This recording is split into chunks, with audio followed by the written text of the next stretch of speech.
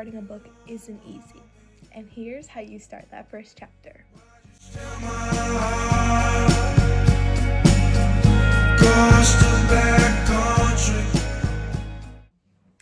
Hello, my name's Olivia and welcome back to my channel. Like I said, today we're going to be discussing how to write that first chapter because I've been stuck, you've been stuck, we got this together. Starting off, what is a first chapter? A first chapter is the introduction to your book. It establishes 3 things: your world, your characters, and the tone of your book. Within the first chapter, your reader is going to be established to your main conflict in your book. You should be introducing your main character's daily life and how they live in your world. Now that you know what a first chapter is, let's get into the specific details on what you should have through the entirety of the first chapter. We should already see the conflict and the main thing that your character is going to be reaching throughout the book.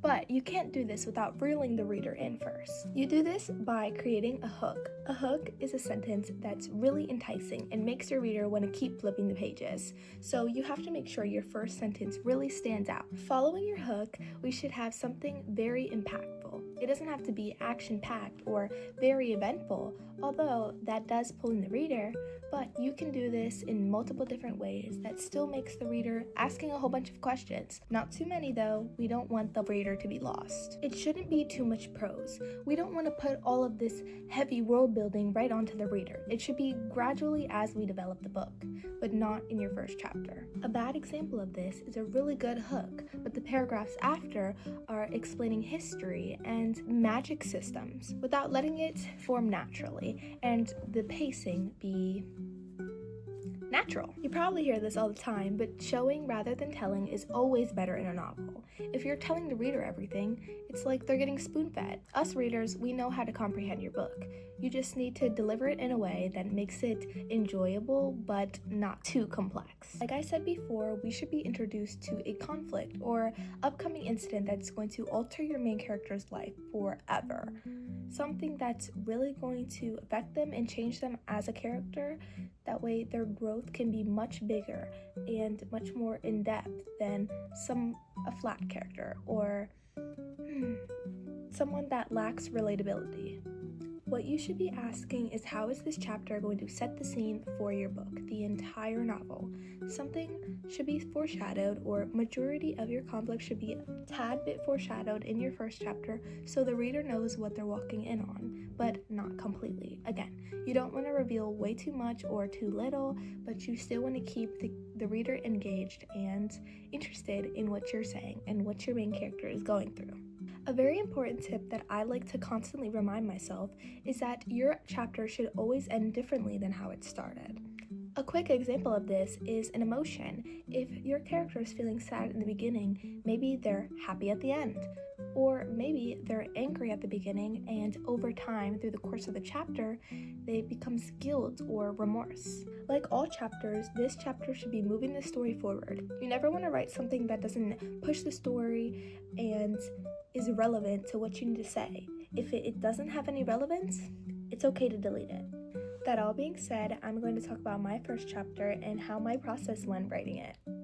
Just like the hook, your last sentence of your chapter should also be enticing. You want it to be so much so that way the reader turns the page and wants to read the second chapter immediately after. No breaks, no pauses, just constant reading and enjoying your novel. Another thing I did in my first chapter was that I did not reveal my main character's name until near the end of the chapter. I wanted the reader to get a feel for my character without knowing who she is or her identity, but just how she speaks. They learn off of her behavior and how she is as an individual without even knowing her name. This creates a whole bunch of interest in your character and also makes the reader really want to know more about the world that you're building and who your character is as an individual. Another thing I seem to notice when people are writing their first chapter or first chapters in novels is that they're typically a little bit longer or shorter than the rest of the chapters. Depending on what your style is, you might want to introduce a little bit more in your first chapter before you go into the second, or you want to keep it very mysterious and suspenseful. That way your reader wants to continue reading. Obviously, it's based on personal preference, but for me, I kept my first chapter the same length as all the rest of mine. It's always good to have some depth and some range in between your chapters. For me, I just find it easier to keep each chapter at a 3,000 word limit to keep the pacing the same and be consistent throughout my story. Hooks aren't easy. Before I wrote my first hook, I was stuck staring at a blank screen for hours, until I came across an idea that was exciting and made me want to write the paragraphs following after. For my hook in my first chapter, I wrote, "Never did I think I'd see the day, a man taken away in chains for a crime he did not commit." This reveals two things.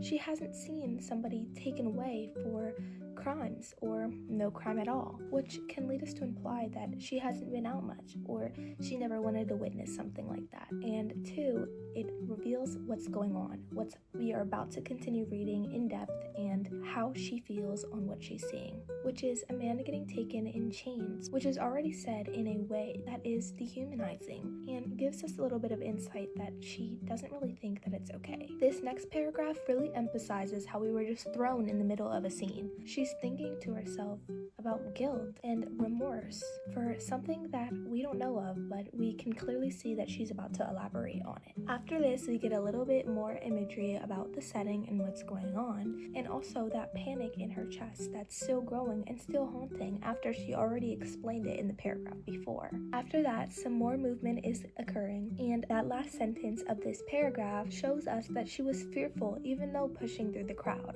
and we can kind of imply that this doesn't happen often, and otherwise, if any other time, she wouldn't do something like this. The guilt she had overtook her completely and made her realize that she needs to do something about it, already showing a little bit of growth and a little bit of relatability to the character as a whole. Afterwards, you can see some dialogue is happening. You don't want to add too much prose. 3 paragraphs I felt was good and necessary to set the scene before getting into characters speaking and how their dialect really works in this world. Balance is essential when writing a first chapter, and I wanted to share the beginning of my first chapter so you have an example of what to do. I hope this encouraged you to write your first chapter or give you some inspiration on what you should do and how to start your book. If you'd like to see more content like this, don't forget to subscribe and like the video, or give me a comment on what you'd like to see and what other tips you might need. As always, thank you for watching, and I'll catch you in the next one. Bye-bye!